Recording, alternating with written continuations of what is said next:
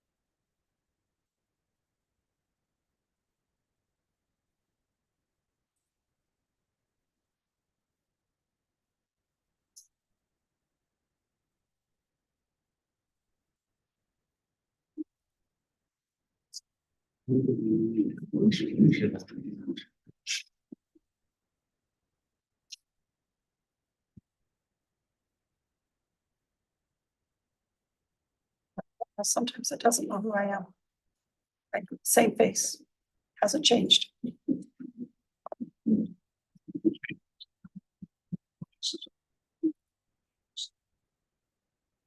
Oh, so if Brian just takes a picture with his glasses, he'll be fine.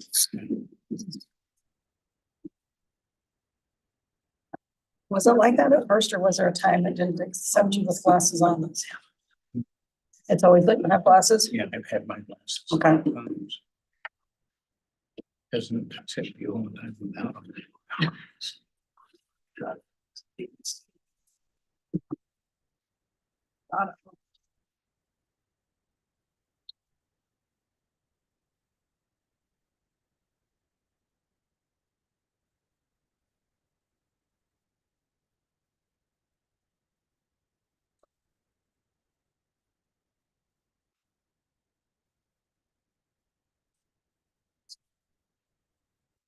I haven't heard it, he's not, so I'm thinking.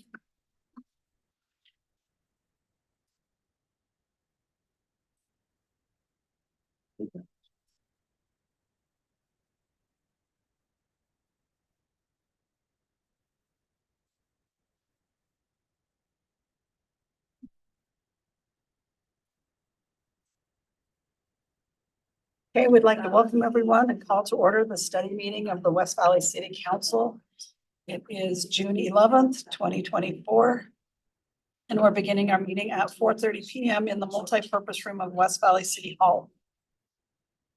Members in attendance are Councilman Norfelt, Councilman Fitzsimmonu, Councilman Whetstone, Councilman Herman, Councilman Christensen, myself. We're expecting Councilman Hune any minute. We're also joined at the table with our Assistant City Manager, Mr. Flores, and our City Recorder, Ms. Kamick. We have our minutes of June 4th, 2024.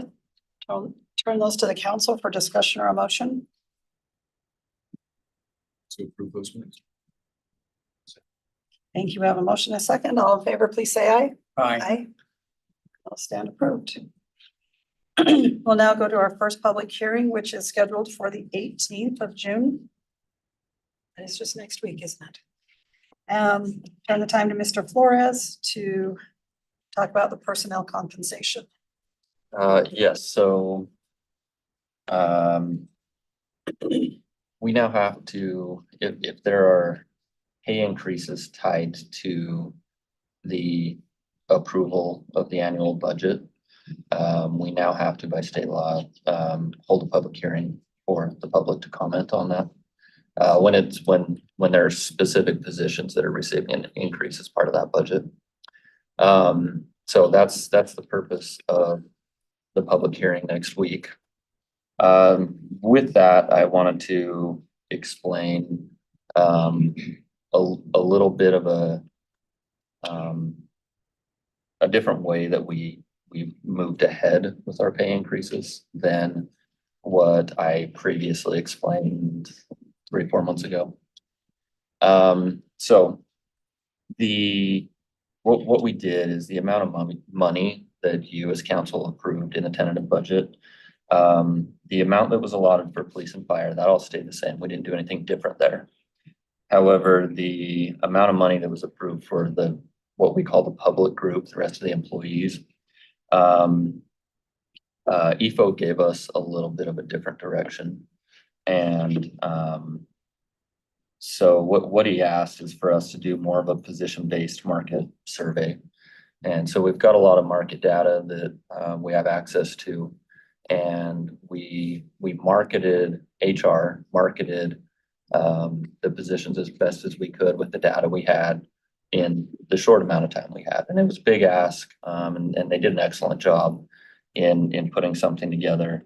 And so the result of that is, a lot of there are larger increases given to more of the lower level positions that, based on the market data, should have been increased.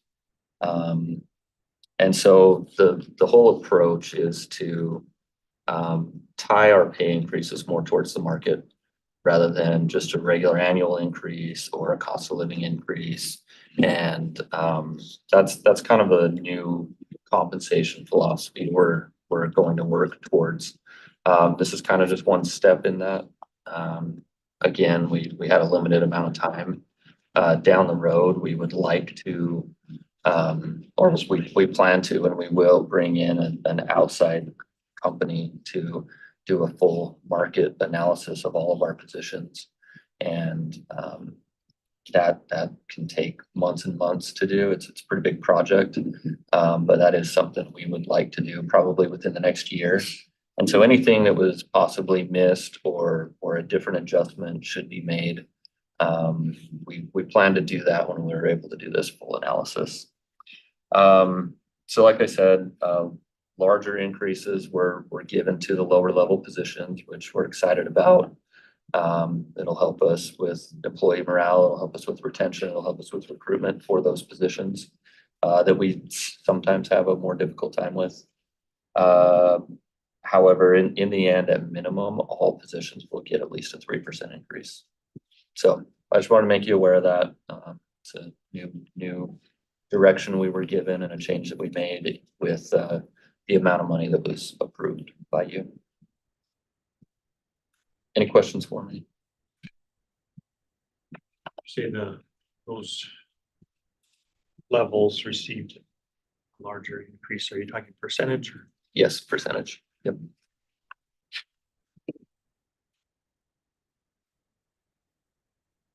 Since it is kind of a change in direction from how things have been done, what's been the reaction from other executives, other? Here. There's, I think the reaction is good. We obviously had to explain the philosophy behind it and what we're trying to accomplish. You know, and in my opinion, and working in HR for so many years, it's a pretty big change. And so any big change like that, you know, there's an adjustment to, okay, we're doing things a new way, a different way. But I think that the staff understands what we're trying to accomplish here. And especially, like I said, for those positions that we sometimes struggle with to hire and retain, super excited about that. I think it'll help us tremendously there.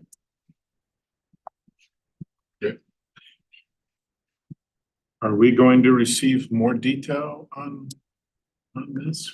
We certainly can. Happy to. It's a lot. I mean, it's easy to say, hey, everyone's getting a 5% increase. It's a lot harder to say, hey, by position, here's where everything lines up.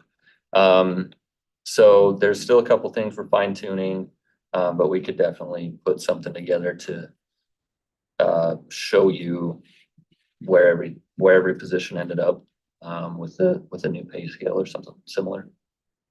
I'm just wondering how the public will give input without knowing more detail. Right. To be completely upfront with you, so this new requirement, it doesn't require any level of detail, just that with a with a budget that's going to be approved. Prior to that approval, we have to hold a public hearing. Because there's certain positions in there, and then I say certain positions. It's essentially executive staff, department heads, division heads. That if they are getting an increase tied to that budget that you will approve, we have to hold a public hearing to allow the public to comment on that. So now, just because there's no requirement of information to be provided doesn't mean that we shouldn't. And so we can certainly get a document together that allows that to be provided, but we could try to think timing wise. Do it by category or something, that Yeah, instead of listing out every position. right, it is. We'll get something. We'll get something out there for you. I wish on the spot I could tell you the best way we'll do that, but we can certainly figure something out and get it to you. Maybe summaries, like you said, everybody's getting at least 3%. Yep.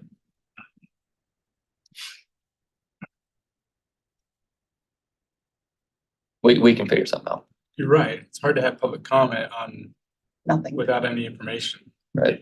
They're just gonna say, well, Sure, we're meeting the letter of the law, but I don't think that's the intention of Right. well, I saw a news article, I think it was Salt Lake City, that had a lot of public comment because I think the mayor was asking for Oh, a yeah, big it's substantial. increase. And Yep.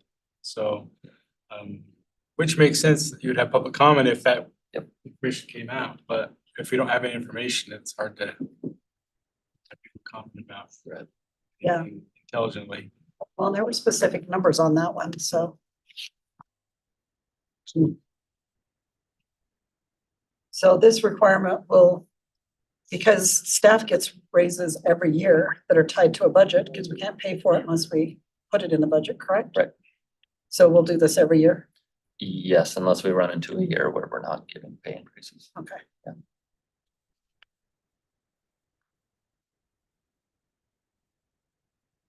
Yeah, it'd be good to find a convention of how we're going to disclose, From this point what we're on. gonna disclose. Yes.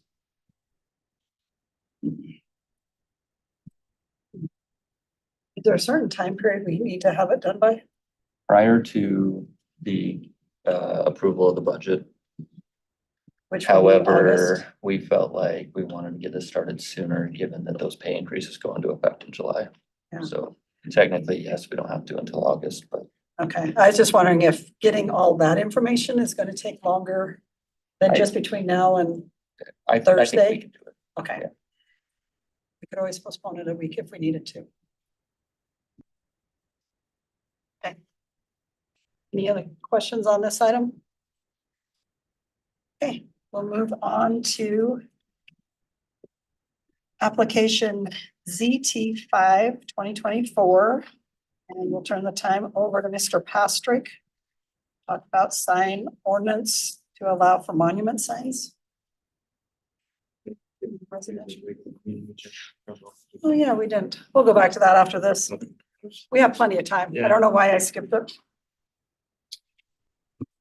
Thank you, Mayor. Steve Pastor, Community Development Department. I'll just share my screen here.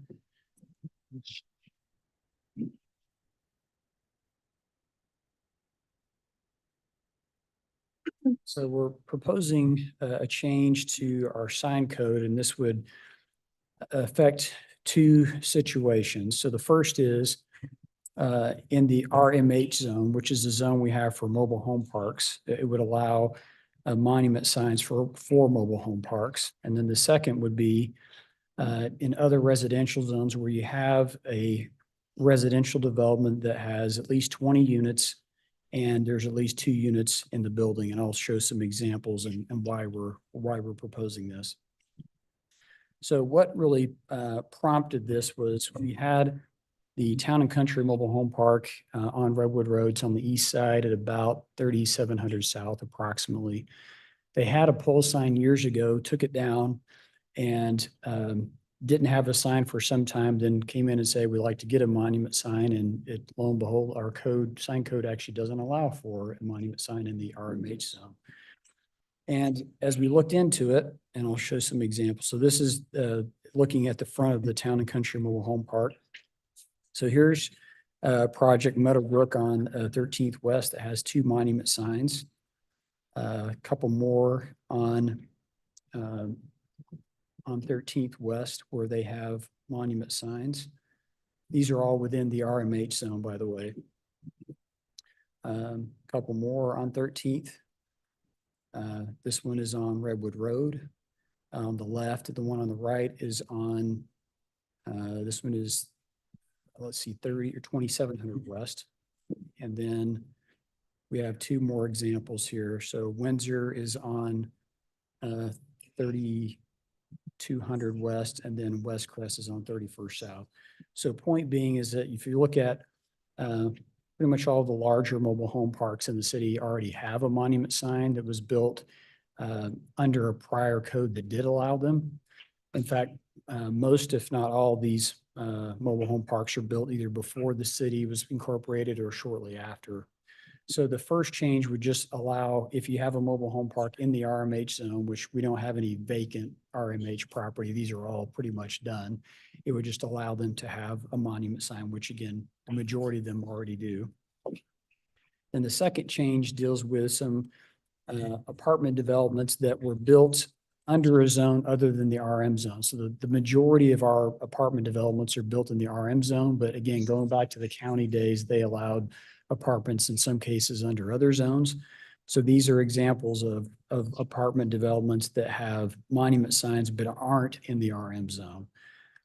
So a couple here, another one, another 2. The one on the right's actually development 5600 West.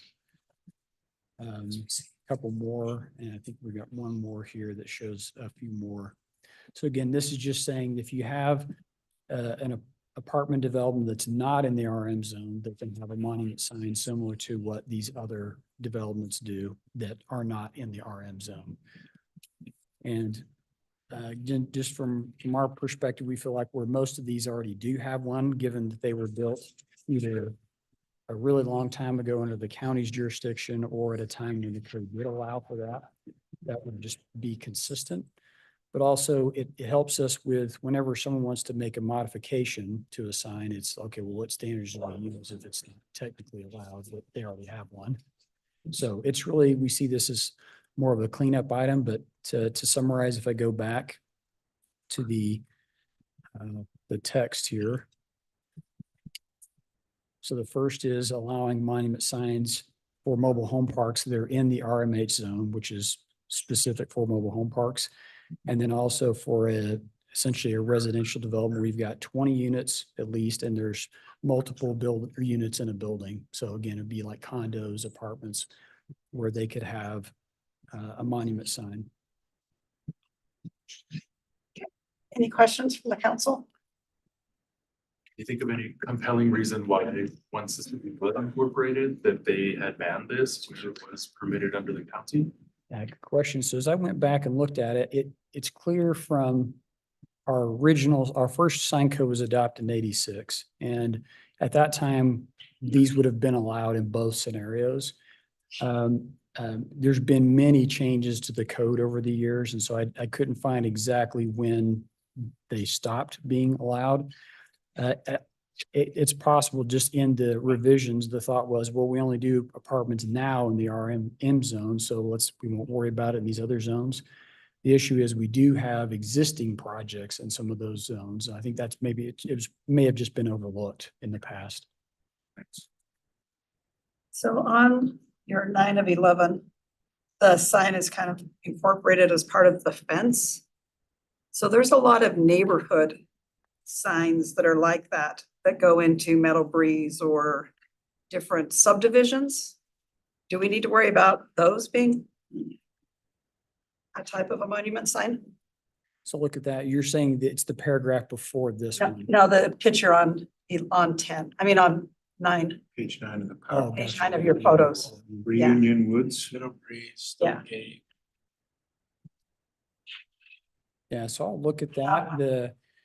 In this case, and it gets, in some cases, it gets a little bit blurry in that in this project, they were probably considering that as their entry feature into the project. And so it, in some ways, could also be a monument sign. I mean, technically, this would meet the setback requirements because it's not, they put landscaping out by the street, so it Okay. still would meet the criteria for monument sign, even though it was done as part of the fence. So the ones that are done for subdivisions, are we gonna leave them out of the loop or are they taken care of in another ordinance? So we have considered, if we need to make a distinction, we can, but we have considered, like in the case of subdivisions, we actually, in some situations, like a PUD would require an entrance, some type of entry feature. And so we've looked at those a little bit differently than like just considering it as a monument sign. Okay, So if we're okay to still do that, I know it's a little bit blurry there, but we have done, again, with thinking of, some single family like PUDs that actually have some type of an entry monument sign. yeah, I just want to make sure we don't leave one more, have to come back and do it again for something else. Right. Okay, so if you think it's taken care of, I'm good with that. Okay, anything else? Okay, thank you. Thank you. All right. Thank you, Will. We'll jump back to reviewing today's regular meeting. Was there any changes on the meeting for tonight? And are there any questions from the council? Nope. Okay. All right, we'll go to our resolutions. We'll turn the time over to Mr. Morris for resolution 24-100, an interlocal agreement. Salt Lake County.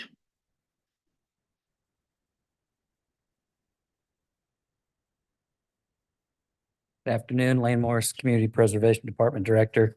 Several years ago, council asked us to investigate providing a service involving resolving skunk and raccoon problems. We did that several years ago. We started out with just getting a contractor to take care of those issues with us, just involving residential neighborhoods, not businesses or apartment complexes or anything like that. We assumed it would be a relatively small amount of money. We hadn't seen a whole lot of request for that.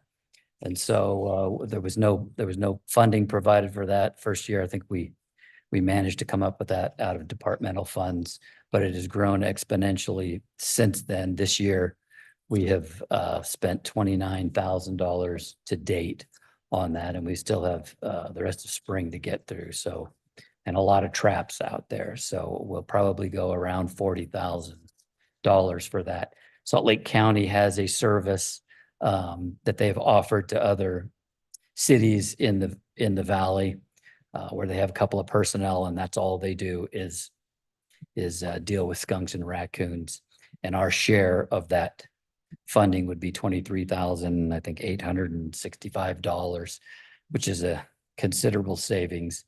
Additionally, they would issue or they would handle skunks and raccoons, whether they're in residential neighborhoods or apartment complexes or businesses or anywhere in the city. So it's higher level of service at close to half the price. So if we're going to continue to take care of people's nuisance skunks and raccoons, this is, in my opinion, the most efficient way to take care of it.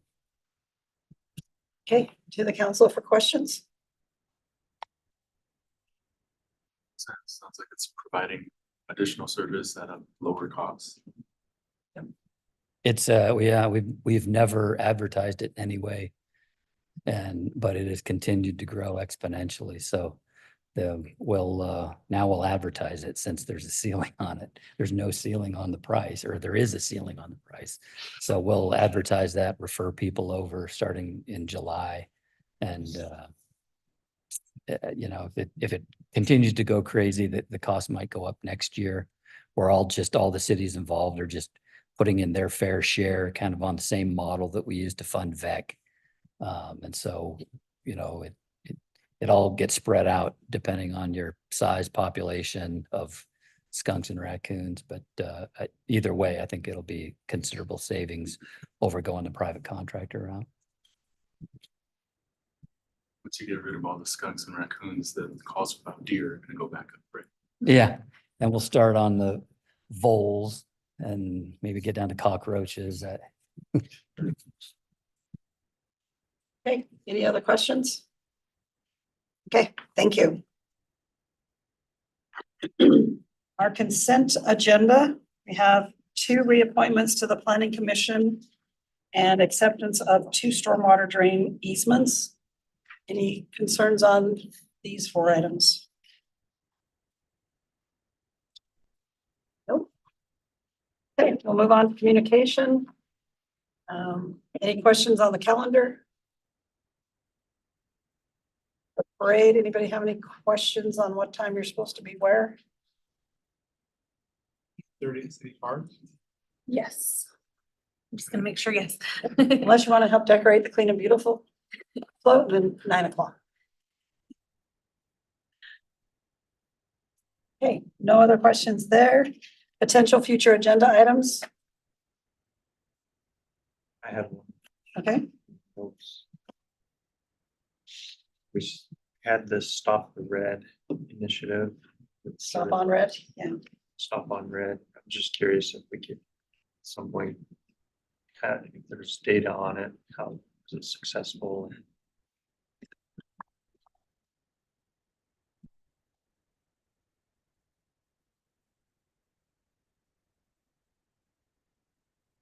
No, Okay, sorry. I didn't know if he was all the way finished. Okay, A couple months ago, we talked about. Maybe I missed it. I don't think I did, but reviewing a personnel manual and making some tweaks there. I don't know if you remember all of that. That is in the works. Okay. We've had a couple meetings to address some things that we think need to be changed. So we're compiling that. I'll probably sit down with EFO, review with him, and then we'll determine what we think and bring it, it'd have to come through council. do you have anything specific you're looking at or just a review? I'd have to go back and, it's been months. But Find your notes? Yeah, I'm glad you're looking at it. So we'll Okay, find those notes. might want to share.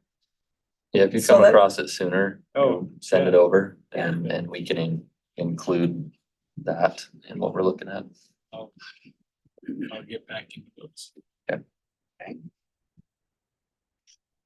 There was a resurfacing or a reformatting of an idea around that.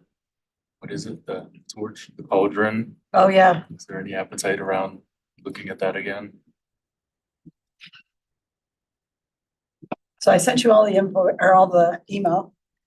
I think it said all the separately too. Oh, did he? Okay, maybe I didn't forward it then. Maybe I looked up and No, saw you that. said it I did did both. forward. We got, Oh. we got 2. Great. It made its point. Yeah. So does anyone have a desire to have it inside of the Maverick Center anywhere? We could have Andy reach out and just see if that's even a possibility.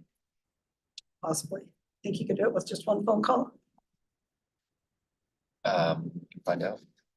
Do you want me to phone? Did you get the email? I did get it. It was, I think Angel forwarded it. Okay. Do you have something to say? That phone call has happened if you'd like an update. Oh, yay. Awesome. What is the update, sir? Spot. I'll talk to you. There you go. Jonathan Springmeyer, Economic Development. Yeah, Andy, after seeing that email, did reach out. The Utah Olympic Legacy Foundation is not excited about having a cauldron indoor that could never be lit. Do you want to officially let Mr. Olson know that? I'd be happy to. Okay, thank you. You bet. Solve that problem. Yeah. Hey, Tom. Yeah, a couple items. First one is a comment. This one specifically to Jamie Young and new policy. I just want to say thank you to you and to a new city manager with new policy or something. I have a membership with the Family Fitness Center every year. And today I No, that's not today, but last week we went there and we checked and they said, well, we want to buy family membership again. And I said, no, you don't have to pay any money. So really, is that true? And I just wonder, and because I saw them, we work for the city and they asked for with the department and stuff, so they get all kind of background. And so, well, okay, they came back and said, well, you good for up to 2026. And I thought, man, I just wanna appreciate you guys. Not that much money, you know what I'm saying? But the thing is, we do have it every year. You know, if you don't, if you're gonna join it, I still buying it, you know what I'm saying? But yeah, it's showing appreciation to the council and to the people. They spend their time to basically try to do something with this city. And that meant a lot to me, to be honest with you. Like I says, I can afford to purchase that, but you guys doing that, I think that's a wonderful thing. I don't know about $3 for the gym over here. I'm just teasing. Yeah, but I paid it for 4 years already, so it's not bad at all. Yeah. The second one is about received the email from mayor, his name is Hamlet Roberts, about the parking and renting down in south at the Costco. It concerned me a little bit, and I don't know how to do with that. I talked to Steve Patrick about that, trying to figure out how we're gonna tackle that. So I don't know. I know it's a lot of people in that street is renting out. I personally know some houses there, a couple houses there. But I don't know, just like Steve Patrick said, we're very tough to get into their house and check every single room. But the major is the whole street and there's a lot of houses, and that I can tell, there's a lot of houses. I know, I personally know a couple of them for sure. At like 9 people in one house is single person. And just single room, you can rent it out from the top to the bottom. So I have no idea how to tackle that, to be honest with you guys. Is that something you would like staff to come back with a communication item that you Yeah, can ask we'd love questions to. or? How we can, I get your input to, you know what I'm saying? Anyone in here. This is one of our new subdivisions, Brand brand new. That's a and- brand new. And when he mentioned last week that it looks like a high density complex.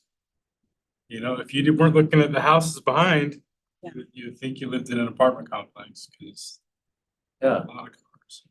I remember that. Yeah, we try to get away from high density and now we try to build more houses, but houses very much the same thing, like that street right now, I think is crazy. That's a brand new homes. Do you know, Steve, maybe you can, part of the communication, do you know how many of those houses were permitted to have a basement apartment, or the plans included a basement apartment or basement entrance, maybe more than anything? Yeah, we can address that. Because I've seen a lot of builders Yeah. that are building houses now, and that's kind of their marketing thing is, hey, we're gonna build you an ADU right from the get-go. And that's what this looks like, is they just, and maybe even worse, it could be, boarding room. Good. And like you said, new homes. They're all new. Did you have a question, Will? Just along those lines, when I went to that Hamlet Homes ribbon cutting a few weeks back, that was, in fact, they had their model home set up as an ADU. It's part of their pitch is to subsidize, I guess, the cost of, but Buying a house. Fun. If you could address at the same time, whether it's legal to not be owner occupied and have upstairs a rental and downstairs a Airbnb. I don't think that's legal. Well, I don't think so either, but I need somebody to make sure and tell me. And then what we can do, because the person complaining, there's no way to prove it. And I don't know how staff can, so. And then I had somebody ask me last week. It's related, so hopefully I can- the state, I guess, has made it to where you can't not have ADUs. Right. And he put in an ADU and had to sign the document at the city and had it notarized that he wouldn't rent it out.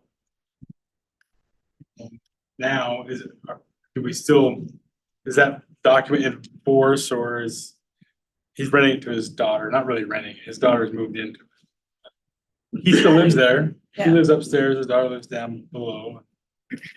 It's an owner occupied with a rental Owner-occupied. downstairs. ADU. Which apparently the state says is Overruled legal us. everywhere. So. Yeah, maybe clarification on that as well. We might need to have a spreadsheet that tells us what can and can't, so when people ask us, we can pull it up and say, that's legal, sorry. It would be helpful. I think he gave us one last year. I might need to save it on my phone somewhere then. I can send that out. Okay, thank you. I think it's more of a, here's some scenarios that are legal, here are some scenarios that are illegal. Okay. As far as my neighbor, he signed something and had it notarized that he wouldn't, and now, The state allows it. you know, it's on file at the city. But he wants to know, okay, is there something else that he has to sign to get that rescinded, or what's the status? Here, I'm concerned that this is a new homes, those houses are new. Yeah, And if they can do that over there, they can do it somewhere else in our city. So how are we gonna stop that? How are we gonna do that? You know, that's really concerning. well, and that's the only way we've thought of in the past is to limit overnight parking on the street.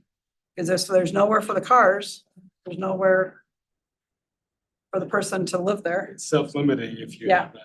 It contains how many cars. Put the parking lot in the back. Yeah. Yeah. Yeah, he did say that, parking lot in the back. Enforce parking overnight. Yeah, the overnight Do we parking. have to do that? Do we have?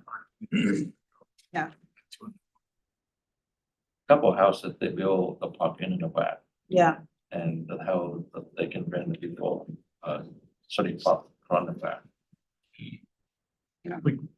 We can't solve all of the things. that- but if we get them off the street and into we the driveway. prevent Things that really, do we want to prevent? I mean, when my kids come home from college and we don't have enough parking spaces in.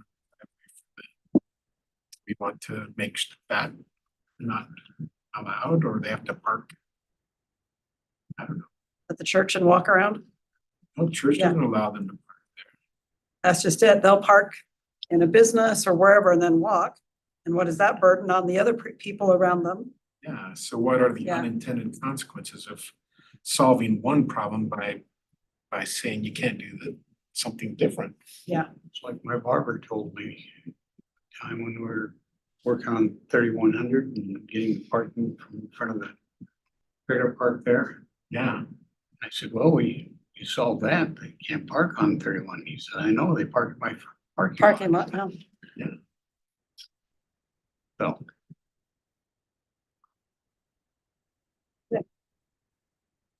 We'll have that discussion again. And maybe it'll be short with the reminder of what's legal and what's not. Mayor, and I did have one item I Okay. just wanted to bring up. So looking at the July schedule, we currently have meetings scheduled for July 2nd and also on July 23rd. I know that those are kind of tough weeks with the holiday. I just wanted to make sure the council was still good to have meetings those 2 days.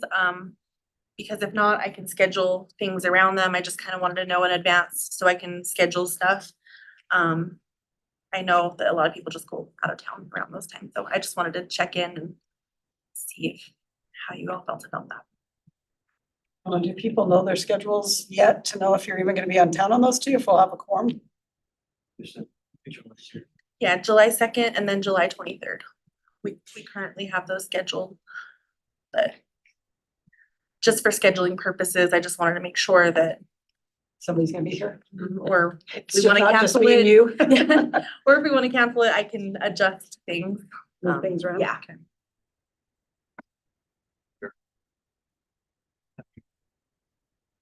I won't be here on the 6th of August, but I'll be here in July. It's the 6th of August. That is the neighborhood night out. What? I won't be here. In July's a 5 Tuesday month, Tuesday, that would be 2nd, 23rd and 30th. Yeah. Meeting. Or move the 23rd to the 30th. Whatever you're, Yeah, whatever the council prefers. I just wanted to make sure that we had enough and everyone was good or not. because the agendas aren't really that big. They typically aren't. In July, it's kind of our slowest month. I don't know yet what items are coming through, but it is typically slower.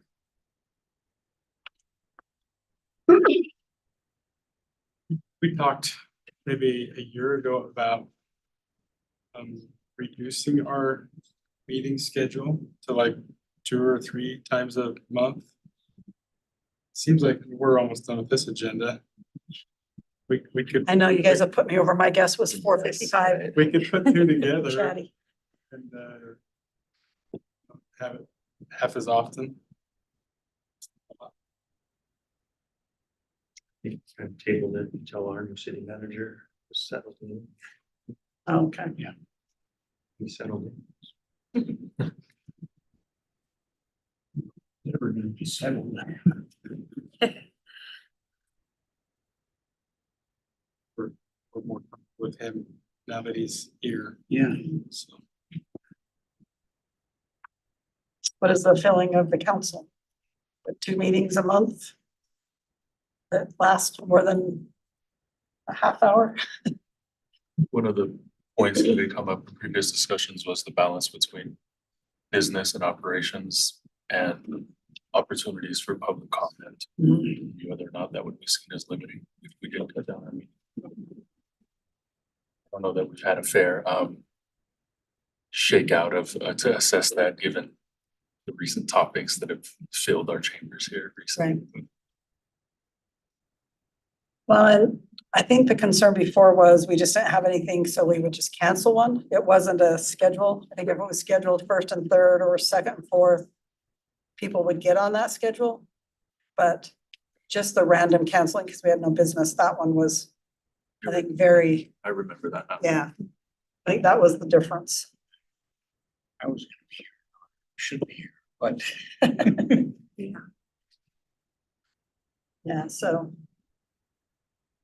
maybe think on that one and then readdress it in a week or two. I can add it as a communication if the council likes. Just if you want to talk about that. Okay. But for now, am I good to keep scheduling July 2nd and then the 23rd? Yeah, the 23rd, I probably won't be here, Okay. but it sounds like everybody else will. Yes. Okay. That's the only one. All right. Thank you. Done and done. Council reports. things. Okay, Last Wednesday, I attended the ribbon cutting open house for the Project Access Resource Center in Sage Valley Apartments. Had a great crowd there.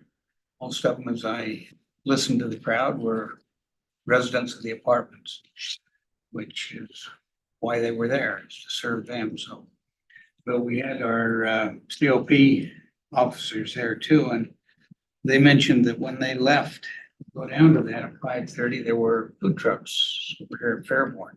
We started that already. Yeah, they started June and they're gonna just continue through and see how it goes without any events there. Okay. An announcement that they're coming. They have posted on their social media. I don't know that it's been shared to ours. Okay, I'll make sure that it gets shared to our, That's what we gonna know when they were coming because they were still negotiating. yeah. Yeah, We're I will, sure for him. I will make sure that that gets shared to our pages. Share it to mine too, so. Okay, I'll get it put on our social media pages. Alrighty. And then, yesterday, I met with the South Salt Lake Valley, Mosquito Abatement Board. And we got a report on the mosquitoes so far. As of right now, we're trapping about 4 times as many mosquitoes as our average over the last 5 years per week. And then he said, now, that's because there's water running now. And one of the quotes that he gave me that I can remember is that the Jordan River at bank full runs an average of 550 cubic feet per second. On June 7th, 4800 South, it was running 1410 feet per second, cubic feet per second. It's about 3 times bank full. So we're getting some slop over on the banks, and that gives us water that we don't usually get. Groundwater is coming up because there's so much water in the river, and so that's why we've got 3 times or 4 times as many mosquitoes coming out too. We treat on an average, I'm trying to think of what he had, 200 acres during the season. And we're already on over 400 right now because there's so much extra water. So the good part is we have not had a single West Nile virus mosquito found in any of that trapping. So we are finding an abundance of the mosquito variant, Culex mosquito that can carry West Nile, but none of them are carrying it yet. So that's good. But just clean up your yards. If there's standing water, take care of it. If you need mosquito fish, you don't have to have a weed service or a lawn service. Pay them for mosquito abatement. Your taxes pay for that. So call South Salt Lake Valley and we'll get out there and get them taken care of. So, or Magna if you're in the west part of the city. So do they have that on their website? That you can just call them and Yes. ask for help? Yes. Do we have any links to that on our website? I can double check and make sure that we do. Yeah, that might be a South good Salt one to Lake link. Valley covers most of the city. Magna covers the west end. No, But they are out there. They are being pests, as they usually are. But, you know, I have a weed service that comes by and he dropped me off a flyer saying, we'll take care of your mosquitoes for you. And I said, I already do that. But tell your constituents too, when they look at it, that they don't have to do that through a private company. It can be done through our tax dollars. So we pay for that every year, so let's use it. line item on your property tax. Yeah. That's it. Anyone else? 2 things. I attended the Lightning Thief last week on Thursday. Great show. I don't know that much about that story, but I was still entertained and it was a great show. And then this morning I toured Neighborhood House, which is a nonprofit. It's not in our city, it's in the Glendale area, but they serve a lot of students from West Valley. I had no idea about this organization and what they do. They have buses where they'll bus the kiddos in and provide after school and before school activities, and they have a full service cafeteria. They have a greenhouse where the kids can work with planting things, and they have a pretty extensive STEM thing where they're teaching the kids. And these are all, and then they run year round where the parents need help, when their kids are not in school, they provide services for low income families to bring the kids in and keep them during the day, and runs pretty early, 6:30 to 5:30. Anyway, it's just a great organization, and again, not in our city, but does extend into our city. Okay, thank you. Anybody else? Okay. Do we have a need for a closed session? Nope. Okay, one more action item. All in favor, say aye. Aye. And we stand adjourned.